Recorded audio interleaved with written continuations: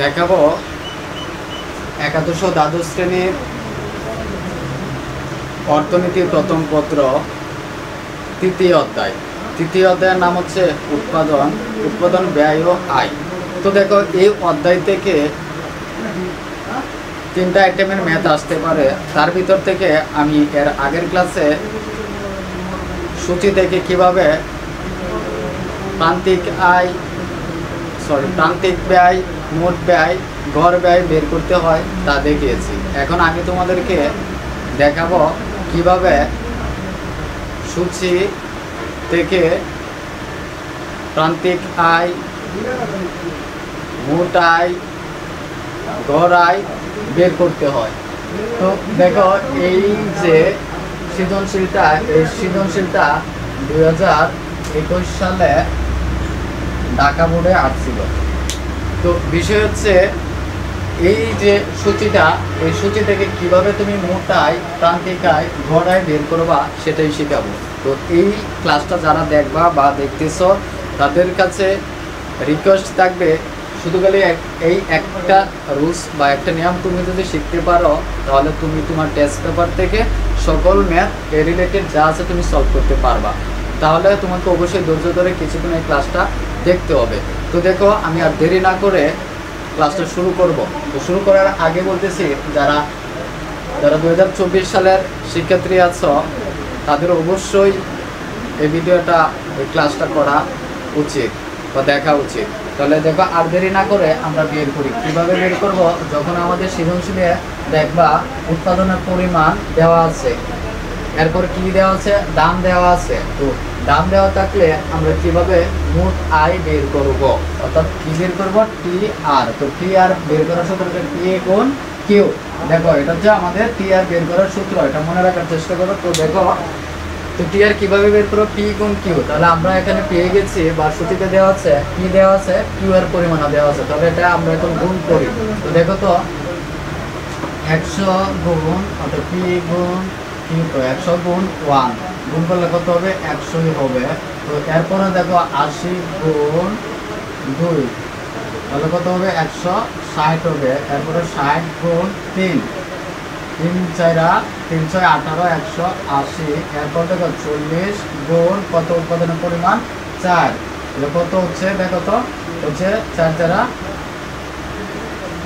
4 16, 160 হচ্ছে। এরপর দেখো 20 গুণ 5, তাহলে কত হচ্ছে? 5 গুণে 10, 100 হচ্ছে। দেখো, এভাবে মোট আয় টি আর বের করার নিয়ম। তো টি আর বের করার নিয়ম তাহলে কি? যে পি গুণ কিউ। তাহলে এটা খুবই সহজ, এটা অবশ্যই বুঝতে পেরেছো। তাহলে এখন দেখো, মনে করো এখন তোমার উদ্দীপকের সূচি আছে কি কি? কিউ এর পরিমাণ, দাম এবং টি আর।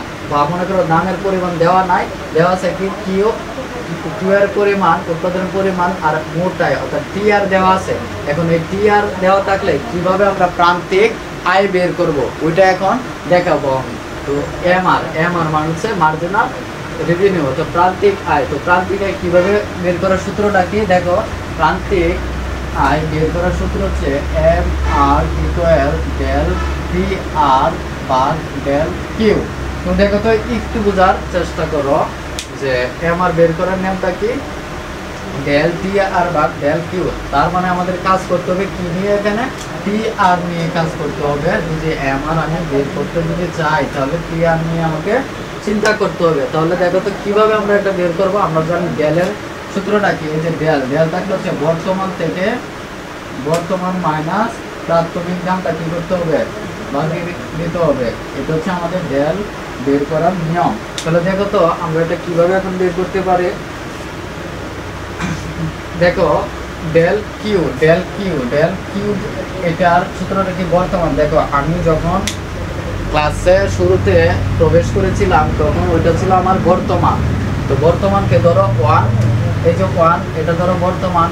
এখন যে আমি এই 2 মিনিট ক্লাস নিয়ে ফেলেছি, সরি, এটা হচ্ছে 1 হচ্ছে আমাদের প্রথমে, এটা প্রাথমিক। আর এখন যে আমি 2 মিনিট ক্লাস করে ফেলেছি এটা হচ্ছে আমার জন্য বর্তমান, অর্থাৎ 2। তাহলে আমি ডেলের সূত্রটা কি বলছি? বর্তমান মাইনাস প্রাথমিক। তো বর্তমান কোনটা? 2। প্রাথমিক কোনটা 1, তাহলে আনসার কত হবে 1। তো দেখবা যে ডেল কিউ এর ক্ষেত্রে প্রত্যেকটা 1 এ আনসার হবে, তার মানে এখানে আমাদের ম্যাথ ওইভাবে দেখানোর প্রয়োজন নাই, আমরা সরাসরি করতে পারি। এবার আসি টি আর, ডেল টি আরটা কিভাবে বের করবো, দেখো কি বলেছি বর্তমান। তো দেখো তো বর্তমানে এখানে কোনটা 160, এরপরে 100, তাই তো। তো দেখো তাহলে এখন আমরা এটা কিভাবে বের করব।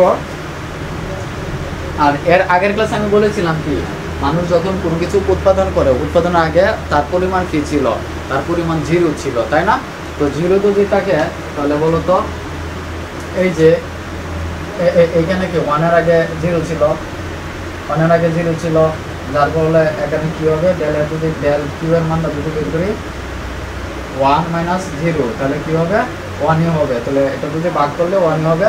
আর 100, দেখো এই যে 100 এর আগেও কি ছিল, যে ডেল টি আর মানটা যদি বের করি যে 100 - 0, তার মানে 100ই হচ্ছে, তাই না। তো এখন দেখো ডেলের যদি মানটা যদি এখানে যদি বসায় যদি দেখি যে 100/1, তাহলে কত হবে 100ই হবে। তাহলে প্রথমটা এখানে কি হবে 100ই হবে। তো দেখো ঠিক সেম এর পরবর্তীটাও আমরা একইভাবে বের করতে পারি। যে কিভাবে, দেখো এই যে এখানে 160 আছে, এই যে 160, এই 160 কি করব, এটার সাথে মাইনাস করে দেব, বিয়োগ করে দেব। দেখো তাহলে আমরা পেয়ে যাব কত, দেখো তো 160 - 100, তাহলে কত হচ্ছে আনসারটা বলো তো, 60 হচ্ছে। তো দেখো তো এই যে 60 পেয়েছি, এই যে 60 পেয়েছি, এখন তাহলে কি করতে হবে, এখন কিন্তু দেখো এই যে আমার প্রান্তিক আয় বের করার ক্ষেত্রে কিন্তু এই ফলাফল এটার সাথে কি মাইনাস করবো না, মাইনাস করবো এই যে এইটার সাথে, এই পরবর্তী ঘর থেকে এইটা অর্থাৎ বর্তমানটা থেকে প্রাথমিকটা মাইনাস করবো। তাহলে এখানে কত 180 - 160, তাহলে আনসার কত হচ্ছে 20 হচ্ছে। এই যে 160 থেকে 180 কিন্তু এখন মাইনাস করবো, 160 - 180, তাহলে কত হচ্ছে আনসারটা কত হচ্ছে বলো তো, মাইনাস কত চলে আসবে 20 চলে আসছে, মাইনাস কত -20 চলে আসছে। এই যে 100 থেকে এটা কি করবো মাইনাস করবো, 100 - 160, তাহলে কত হচ্ছে -60 আনসার আসছে। তো দেখো এভাবে হচ্ছে আমাদের কি বের করতে হয়, প্রান্তিক আয় বের করতে হয়। দেখো যদি না বুঝে থাকো তাহলে আমি আবারও বলতেছি, দেখো প্রান্তিক আয় বের করার সূত্র হচ্ছে বর্তমানটা থেকে প্রাথমিকটা মাইনাস করবে। তো এখন আমাদের এখানে বর্তমান কোনটা প্রাথমিক কোনটা এটা যদি বুঝতে পারি তাহলে আমরা সকল কিছু বের করতে পারবো। দেখো আমি আবারও বলতেছি যে তোমাদের যখন আমি ক্লাসটা শুরুতে ঢুকেছিলাম ওইটা আমার জন্য বা তোমাদের জন্য কি হয়েছিল যে প্রাথমিক, কারণ আমি যে প্রথমে এসে লেকচার দেওয়া শুরু করেছিলাম ওটা আমার জন্য বা তোমাদের জন্য প্রাথমিক ছিল। কিন্তু এই যে এখন যে প্রান্তিক আয়টা বের করেছি এই পজিশনে এসে এটাকে বর্তমান হবে। তাহলে এখন যদি সংখ্যার ক্ষেত্রে যদি বলি, আরেকটা এক্সাম্পল দিয়ে, মনে করো তুমি বাজারে প্রবেশ করেছো, বাজারে প্রবেশ করে অর্থাৎ আবার আমি নতুন করে বলতেছি যে তুমি মনে করো বাজার করার প্ল্যান করেছো, এখনো বাজার এত টাকা খরচ করার একটা প্ল্যান করেছো, কিন্তু এখনো তো খরচ করিনি, তার মানে কি এখন 0 অবস্থায় আছে, তাই না। তো ওই 0টা হবে আমাদের জন্য কি প্রাথমিক। যখন তুমি বাজারে প্রবেশ করে 1 টাকা দেওয়া, মনে করো 1 একক দ্রব্যের জন্য 100, মোটাই তুমি 100 পেয়েছো। এই যে 100টা পেয়েছো, এটা হচ্ছে তোমার জন্য কি যে বর্তমান, এটার জন্য এটা 100 হচ্ছে তোমার বর্তমান। আর প্রাথমিক কত 0, প্রাথমিক হচ্ছে 0। তাহলে ডেলের সূত্রটা কি, ডেল যদি এম আরটা যদি বের করি তাহলে 100 বর্তমান মাইনাস প্রাথমিক কত 0, তাহলে কত হবে 100 হবে। তো এইভাবে মূলত বের করতে হয়। তো দেখো এই যে প্রান্তিক বের করার সূত্র হচ্ছে তোমার টিআর নিয়ে কাজ করতে হবে। তার মানে কি টিআর 160, এই যে প্রথমটা 100ই থাকতেছে, কারণ 0 থেকে 100 মাইনাস করলে 100ই হবে। এরপরে 160 থেকে এই 100 মাইনাস করলে কত হবে 160 হচ্ছে। 180 থেকে 160 মাইনাস করলে 20 হচ্ছে 20। এরপর দেখো 160 থেকে 180 মাইনাস করলে -20 হচ্ছে। 100 থেকে 160 মাইনাস করলে হচ্ছে 60 হচ্ছে। এবার আসো কিভাবে, এখন তো বুঝেছো। তাহলে দেখো তো এখন আসো কিভাবে এম আর বের করতে হয়, কিভাবে গড় আয় বের করতে হয়, গড় আয়। এবার আসো গড় আয় বের করতে হয়। গড় আয়ের সূত্রটা কি, দেখো তো গড় আয়ের সূত্র হচ্ছে তোমার পি আর ভাগ কিউ।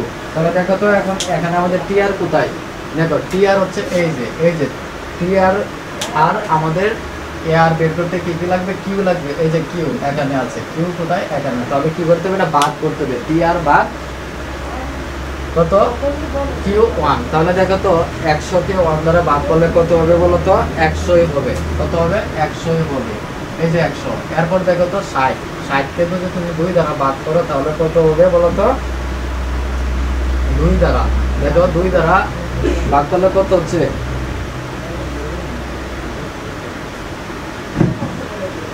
80 হচ্ছে। 2 দ্বারা ভাগ করলে হচ্ছে 80। তোমার কত?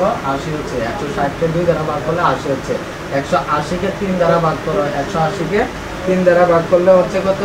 60 হচ্ছে। এরপর দেখো 160কে তুমি 4 দ্বারা ভাগ করো। 160কে তুমি 4 দ্বারা ভাগ করলে কত হচ্ছে? 40 হচ্ছে। 40 হচ্ছে। এরপর দেখো 100কে তুমি 5 দ্বারা ভাগ করো তাহলে কত হচ্ছে? দেখো তো 20 হচ্ছে। 20 হচ্ছে। এই যে এইভাবে হচ্ছে তোমার এমআর বের করতে হবে। দেখো তাহলে এই যে তোমার এইভাবে তোমার উদ্দীপক বা সৃজনশীল দেওয়া থাকবে, শুধু খালি সংখ্যাগুলো চেঞ্জ হবে। ঠিক এইভাবে তোমাকে সূচি তৈরি করে বলবে যে রেখা অঙ্কন করো। তো এই রেখাটাই আমি তোমাকে নেক্সট ক্লাস অর্থাৎ পরবর্তী ক্লাসে তোমাদেরকে দেখাবো কিভাবে সূচি থেকে তোমার রেখা অঙ্কন করতে হয়, কিভাবে এমআর বা গড় আই কিভাবে বের করতে হয়, টিআর কিভাবে বের করতে হয়, রেখা কিভাবে অঙ্কন করতে হয়, সেটা আমি তোমাকে শেখাবো তোমাদেরকে। তো সেই পর্যন্ত অবশ্যই